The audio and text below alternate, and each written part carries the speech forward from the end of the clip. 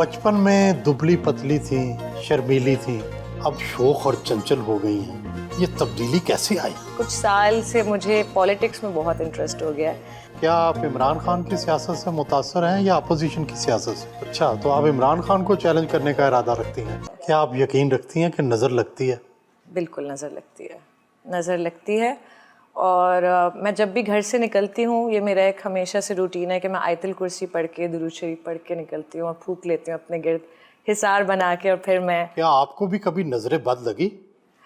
नज़र लगती है, कभी अक्सर बीमार पड़ जाते हैं। मुझे चोटें बहुत लगती हैं शूटिंग के दौरान। मेरी कोई शूट मुझे नहीं याद पड़ता ऐसी हो जिसमें मेरे सर पे चोट ना लगी हो या हाथ पे चोट ना लगी हो या मैं ट्रिप ना की हूँ। तो उसे मैं नज़र ही समझती हूँ कि जब सब कुछ अच्छा अच्छा जा रहा होता है, कोई एक ऐसी चीज़ होती है जिसकी वजह से, लेकिन नज़र लगती भी है, लेकिन ज़िंदगी का हिस्सा है ये, आगे बढ़ते रहना चाहिए। भूत प्रेत और जिन्नात पर यकीन रखती हैं? नहीं, मुझे डर नहीं लगता भूत प्रेत से।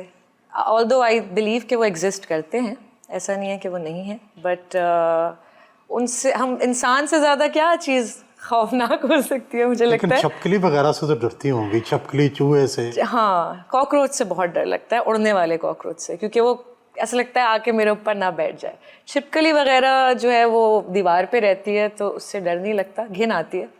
बट डर जो लगता है वो कॉकरोचेस से लगता है। बचपन में दुबली पतली थी, शर्मीली थी, अब शोख और चंचल हो गई हैं। ये तब्दीली कैसे आई? मुझे लगता है मैं रिवर्स में अपनी ज़िंदगी गुजार रही हूँ। लोग बचपन में शरारती होते हैं और बड़े होके थोड़े से संजीदा हो जाते हैं। मैं बचपन में बहुत संजीदा थी और आहिस्ता आहिस्ता अपनी मैंने शाइनेस पे ओवरकम किया बहुत। मैं वो कैसे?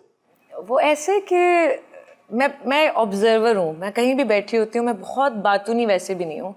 मैं बहुत ज़्यादा ऑब्ज़र्व करती हूँ लोगों को, काम को। मैं सेट पे भी जब होती हूँ, शूटिंग कर रही होती हूँ, तो मैं, ऐसा नहीं कि मैं सीन करके कमरे में बैठ गई जाके, ऐसा नहीं है। मैं डायरेक्टर की चेयर के बराबर में बैठती हूँ। मैं देखती हूँ कि लाइट वाला लाइट कैसे कर रहा है, फ्रेमिंग कैसे बन रही है, डायरेक्टर जो है वो इंस्ट्रक्शंस कैसे दे रहा है। मुझे ये पूरा प्रोसेस बड़ा पसंद है और आगे जाके मैंने डायरेक्शन भी करनी है, तो मुझे लगता है कि मैं ऑन सेट जितना सीख सकती हूँ, शायद मैं थ्योरी से इतना नहीं सीख सकती। जैसे जैसे मैं कंफर्टेबल हुई काम के साथ, कैमरे के साथ, तो फिर मैंने जो है वो अभी भी, लेकिन मुझे लगता है मैं शरारती नहीं हूँ। 80 की दहाई तक फिल्मी दुनिया में दौड़ रहती थी, नंबर 1 कौन?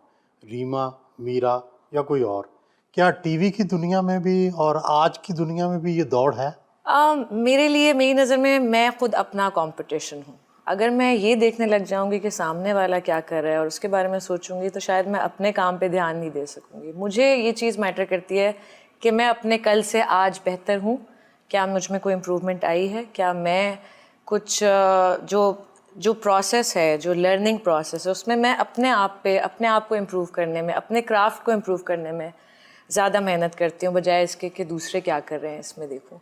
हाँ, सब अपनी जगह बहुत अच्छे हैं, मेहनत करते हैं। वो दौर थोड़ा सा मुझे लगता है ऐसा था जहाँ पे इस तरह की कंपटीशन रहा। अब बहुत हेल्दी कंपटीशन है आई थिंक, और सबसे ज़्यादा अगर आप बेहतरीन जवाब दे सकते हैं, वो अपने काम के ज़रिए दे सकते हैं।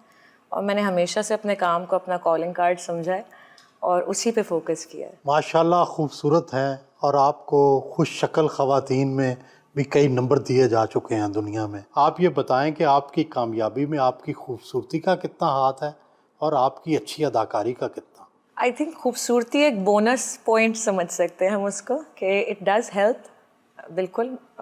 लेकिन खूबसूरती सब कुछ नहीं है। ऐसे बहुत सारे खूबसूरत चेहरे हैं, लेकिन अगर टैलेंट ना हो और उस टैलेंट को सही तरह से कैपिटलाइज ना किया जाए, उसको मैक्सिमाइज ना किया जाए, तो फिर उस खूबसूरती का कोई फ़ायदा नहीं है। आई थिंक मेरी नज़र में ये बहुत मैटर करता है कि टैलेंट होना बहुत ज़रूरी है और साथ साथ मेहनत और लगन, क्योंकि बहुत सारे लोग टैलेंटेड भी हैं लेकिन उनका वो एथिक, वर्क एथिक नहीं है। तो I think it's not just beauty but talent and hard work और परसिस्टेंस, कि आप मेहनत करते रहें, लगे रहें, सीखते रहें। और आई थिंक यही एक कामयाबी की अगर रेसिपी समझ लें तो वो यही होती है। आपने बहुत छोटी उम्र में अदाकारी शुरू कर दी, क्या इस वजह से तालीम तो नहीं मुतासर हुई? नहीं, मेरी अम्मी ने, जब मैंने काम शुरू किया एज अ चाइल्ड एक्टर, तो मेरी अम्मी को सबसे ज़्यादा यही फ़िक्र थी कि पढ़ाई नहीं छोड़नी है। तो मैंने बहुत, जब बचपन में काम किया तो बहुत थोड़े थोड़े प्रोजेक्ट्स किए, समर वेकेशंस में काम किया, हॉलीडेज़ के दौरान काम किया। तो मैंने अपनी आर्ट्स में बैचलर्स डिग्री लेके फिर मैंने फुल टाइम काम शुरू किया। एंड अब रिसेंटली कुछ साल से मुझे पॉलिटिक्स में बहुत इंटरेस्ट हो गया है, तो मैं उसे भी as a subject I want to take. क्या आप सियासत में आएंगी? इंशाल्लाह।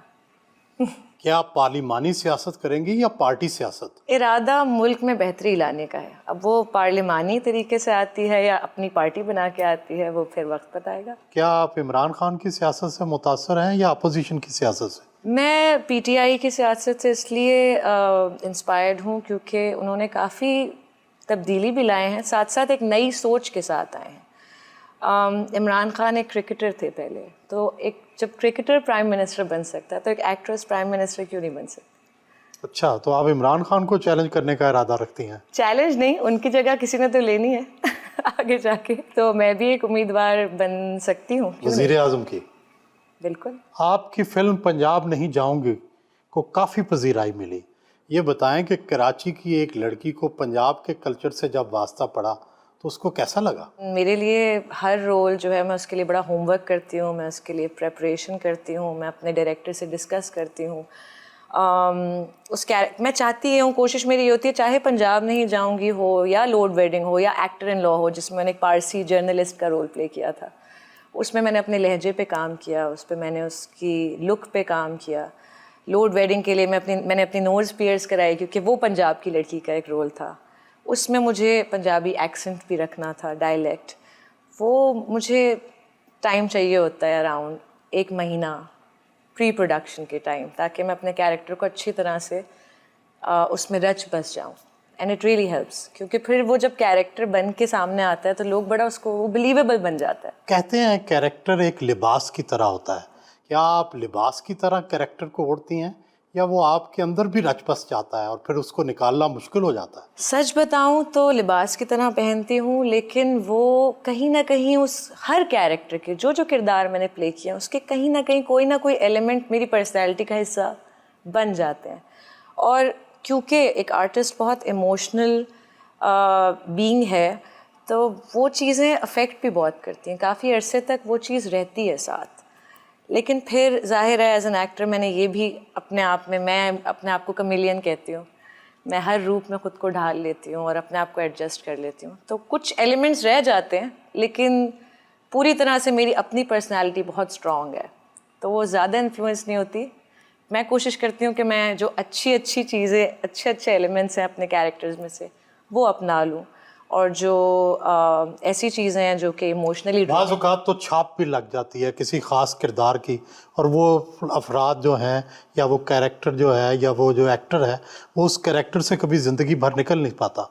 आपके साथ तो नहीं कभी ऐसा हो? नहीं, मैंने कॉन्शियस एफर्ट किया कि मैं जब कोई किरदार करूं, क्योंकि यही होता है, चाहे आप किसी ड्रामे में या फिल्म में कोई एक कैरेक्टर करते हैं, उसी के जैसे बहुत सारे आपको रोल्स ऑफर होने लग जाते हैं। तो मैंने मेक श्योर किया कि मैं फिर एक अगर कोई कैरेक्टर कर लिया है तो उस जैसा कैरेक्टर अगला ना हो, क्योंकि मोनोटनी मुझे बिल्कुल नहीं पसंद, मैं खुद बहुत जल्दी बोर हो जाती हूँ। और अगर मुझे कैरेक्टर्स करनी है तो इतने सारे कैरेक्टर्स में से मैं रिपीट करने का कोई सेंस नहीं बनता। मुझे भी एज एन एक्टर जो चीज़ चैलेंज करती है, जो कैरेक्टर मुझे चैलेंज करता है, मैं वो करती हूँ। उसके लिए ज़रूरी है कि मैं हर दफ़ा कुछ नया करूँ, और ऑडियंसेस भी इसीलिए मेरे काम को पसंद करते हैं या मेरे प्रोजेक्ट्स का इंतज़ार करते हैं कि उन्हें पता है कि कुछ नया होगा, पिछले से जो अगला प्रोजेक्ट होगा वो कुछ डिफरेंट होगा। And I think that is very important, एक आर्टिस्ट की ग्रोथ के लिए बहुत इंपॉर्टेंट है, वरना आप एक जगह फंस के रह जाते हैं और टाइप कास्ट हो जाते हैं। इस चीज़ से मैंने हमेशा खुद को दूर रखा।